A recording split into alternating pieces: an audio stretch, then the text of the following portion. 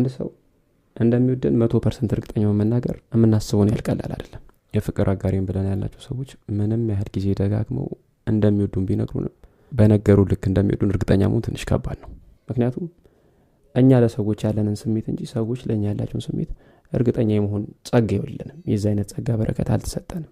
ምን እያልኳችሁ ነው? በሌላ አነጋገር ሰዎች አፍና ልባቸው ምን ያህል ይጣጣማል ወይም ደግሞ በአፋቸው የሚሉትን ነገር በትክክል ልባቸው እያሰቡ ነው የሚለው ነገር እርግጠኛ መሆን አንችልም። ግን ደግሞ ሴት ልጅ አብራ ባለችባቸው ጊዜያት እነዚህ ነገሮች የምታደርግልህ ከሆነ እንደምትወድ 100% እርግጠኛ መሆን ትችላለህ። ግን እዚህ ጋር ምን እያልኩ ነው? እነዚህ ነገሮች ስላደረገች ብቻ አብራ ትኖራለች ወይም ደግሞ ትታላት ትችላለች ማለት አይደለም። ምክንያቱም በሰጠችና በሆነችልህ መጠን ካልሆንክላት ነገሮችን መቋቋም ማችልበት ሁኔታ ውስጥ ከከተትካት፣ ትዕግስቷን ካስጨረስካት፣ ከበደልካት ጥላ ልትሄድ የምችልበት እድል ሰፊ ነው። እነዚህ ነገሮች ማድረጓን እንደ ጋራንቲ ልትጠቀም አይገባም። ግን ደግሞ እነዚህ ነገሮች ስታደርግ ተመልክተ ዘን በሆነችልህ ልክ የምትሆንላት ከሆነ 100% እንደምትወድ እርግጠኛ ልትሆን ትችላለህ ማለት ነው። ስለዚህ በአጭሩ ምን እያልኩ ነው? እነዚህ ነገሮች ሴት ልጅ ስታደርግልህ በምንም መልኩ ምንም አታመጣም ወይም ደግሞ አንዴ ገብቶላታል ወደሚል አይነት ስሜት መግባት የለብም። እንደዚህ አይነት ስሜት ውስጥ እንዳትገባ ተጠንቀቅ። እዚህ ጋር ይሄንን ብለህ ዝም ብሎ ከባዶ ሟርት ወይም ደግሞ አልዋልት አይደለም። በስራ አጋጣሚ ካየኋቸው ካስተዋልኳቸው ነገሮች በመነሳት ነው። ምን ነገሮችን ስታደርግ በትክክል መውደዷን እርግጠኛ መሆን ትችላለህ የሚለው ዝርዝሮቹን እንመልከት።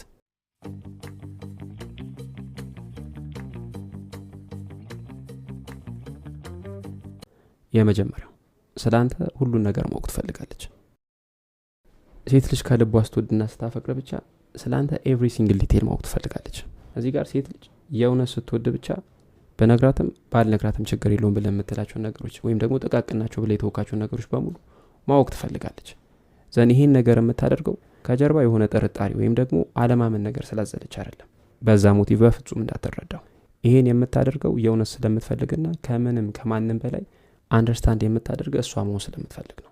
በዚህ ጊዜ ፍላጎቶች ማለት ስለምትወደው ነገር፣ ስለምትጠላው ነገር፣ ስለ ህልሞች፣ ስለሚመስጡ ነገሮች፣ ስለ እነዚህ ነገሮች ማወቅ ትፈልጋለች። ፍላጎት ስንል እነዚህ ነገሮች ነው የሚያካትተው። ከዚህ በተጨማሪ ግንኙነታችሁን ስለምታጠናክሩበት መንገድ፣ ስለ ቤተሰቦች ዋጋ ስለምትሰጣቸው ነገሮች፣ ከነዚህ ሞርዳ በጣም ተራና በጣም ጥቃቅን ብለህ ልታስብ ስለምችላቸው ነገሮች በሙሉ ማወቅ ትፈልጋለች። ወይም ደግሞ ስለ እነዚህ ነገሮች ለማወቅ ጥረት ስታደርግ ልትመለከታት ትችላለህ። ሴት ልጅ 100% ካልወደደችና ልቧ ባንተ ካልተረታ እመነኝ እነዚህ ነገሮች በፍጹም ስታደርግ አታገኛትም። አይደለም ማድረግ ስለ እነዚህ ነገሮች መስማትም ላትፈልግ ትችላለች ከልቧ ካልወደደች። ስለዚህ አጠገብ ያለችው ልጅ ላይ እነዚህ ነገሮች ካየህበት አያያዝን ጠበቅ ልታደርግ ይገባል።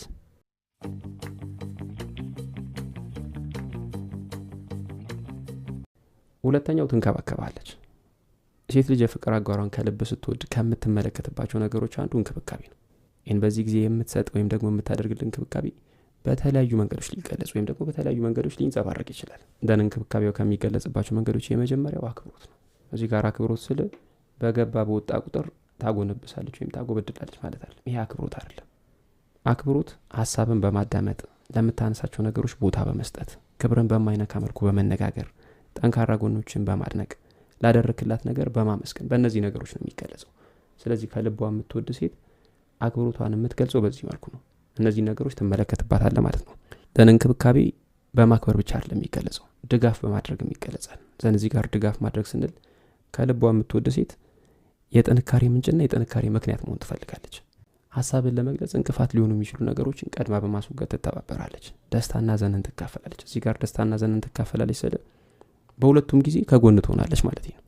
ከዚህ በተጨማሪ እንክብካቤ የሚለው ሐሳብ ፍላጎትን በማሟላት ይገለጻል። ይሄ ብቻ አይደለም። ፍቅሯን በተለያዩ መንገዶች ልትገልጽ ትችላለች። ልትስምት ትችላለች። በሚያምር አስተቃቀፍ ልታቅፍ ትችላለች። አብራ ስትሆን ዓለምን በሚያስረሳ መልኩ ትሪት ልታደርግ ትችላለች። ከዛ ስሜት እንዳትወጣ ልታስመኝ ትችላለች። የመጀመሪያና ዋነኛ አድናቂ ትሆናለች። እነዚህ ነገሮች የእንክብካቤ መገለጫ ናቸው። ሴት ልጅ ከልቧ ካልወደደች ሰማይና ምድር ቢጋጭ እነዚህ ነገሮች አታደርግልህ። ሰው አጠገብ ያለችው ልጅ እነዚህ ነገሮች እያደረገችልህ ከሆነ መዘናጋትም መፍዘዝም የለብህ። ለመሰለ እንደዚህ አይነቷ ሴት ዋንስ ኢን ላይፍ ታይም የምትባል አይነት ሴት ናት። በተቻለ መጠን አያያዝን ልታሳምር የሚገባው አንተ ነህ።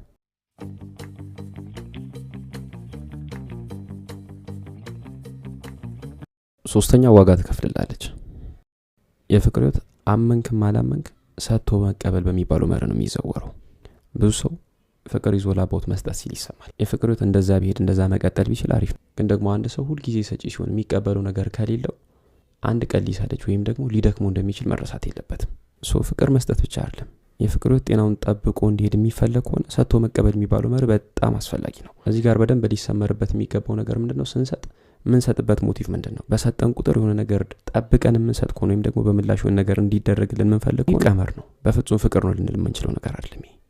ከዚህ በተረፈ ግን የፍቅር ህይወት ውስጥ ሰጥቶ መቀበል የሚባለው ፕሪንሲፕል በጣም መሰረታዊ፣ በጣም ወሳኝ ነገር ነው። ይሄ በፍጹም ሊዘነጋ አይገባም። አንተ የሆነ ነገር እያደረግክላት ፍቅራችሁ ጸንቶ እንዲቀጥል ካንተ የሚጠበቀውን ሁሉ ነገር እየሆንክላት ፍቅረኛ ወይም ደግሞ የፍቅር አጋሪ ብለህ ያልካት ሴት ከሷ የሚጠበቀውን ነገር ካላደረገች ወይም ደግሞ ለማድረግ ፈቃደኛ ካልሆነች ይሄ ምን ያህል ስሜትን ሊጎዳ እንደሚችል፣ ምን ያህል ተስፋ አስቆራጭ አይነት ነገር ውስጥ ሊከት እንደሚችል ትረዳለህ ብዬ አስባለሁ።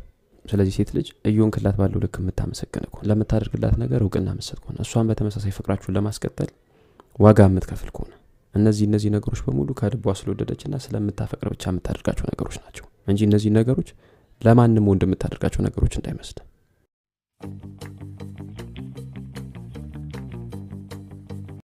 አራተኛው ጓደኞችና ቤተሰቦችን ማወቅ ትፈልጋለች። ፍቅረኛ ብላ ያስካት ልጅ ጓደኞች እንዲያውቋት ካልፈለገች ወይም ደግሞ ከሷ ጋር ያላችሁ ግንኙነት ምን እንደሆነ ቤተሰብ እንዲያውቅ ካልፈለገች ይሄ የሆነ ችግር የመኖር ማሳያ ነው። ይሄን ስለ ግን ገና በተዋወቃችሁ በወርና በሁለት ወር ውስጥ እነዚህ ምልክቶች ካየህባት ማለት አይደለም። ግን ደግሞ ረጅም ለሚባል ጊዜ አብራችሁ ቆይታችሁ አሁንም ድረስ ግንኙነታችሁን ማንም እንዲያውቁ ካልፈለገች፣ ነገሮች ሚስጥራዊ እንደሆኑ እንዲቆዩ የምትፈልግ ከሆነ እንደነዚህ ነገሮችን ካየህባት ይሄ ከጀርባ የሆኑ አደገኛ ምክንያቶች ሊኖሩ እንደሚችሉ የሚጠቁም አንድ ምልክት ነው ማለት ነው። በእርግጥ ብዙ ጊዜ ነገሮች ድብቅ እንደሆኑ እንዲቆዩ የሚፈልጉት ወንዶች ናቸው። ግን ደግሞ ይሄን ነገር የሚፈልጉ ሴቶች ቁጥርም ቀላል አይደለም። በተለይ ትዳር ያላቸው ወንዶች ከትዳራቸው ውጪ ሲማግጡ የሚታይባቸው ባህሪ ነው።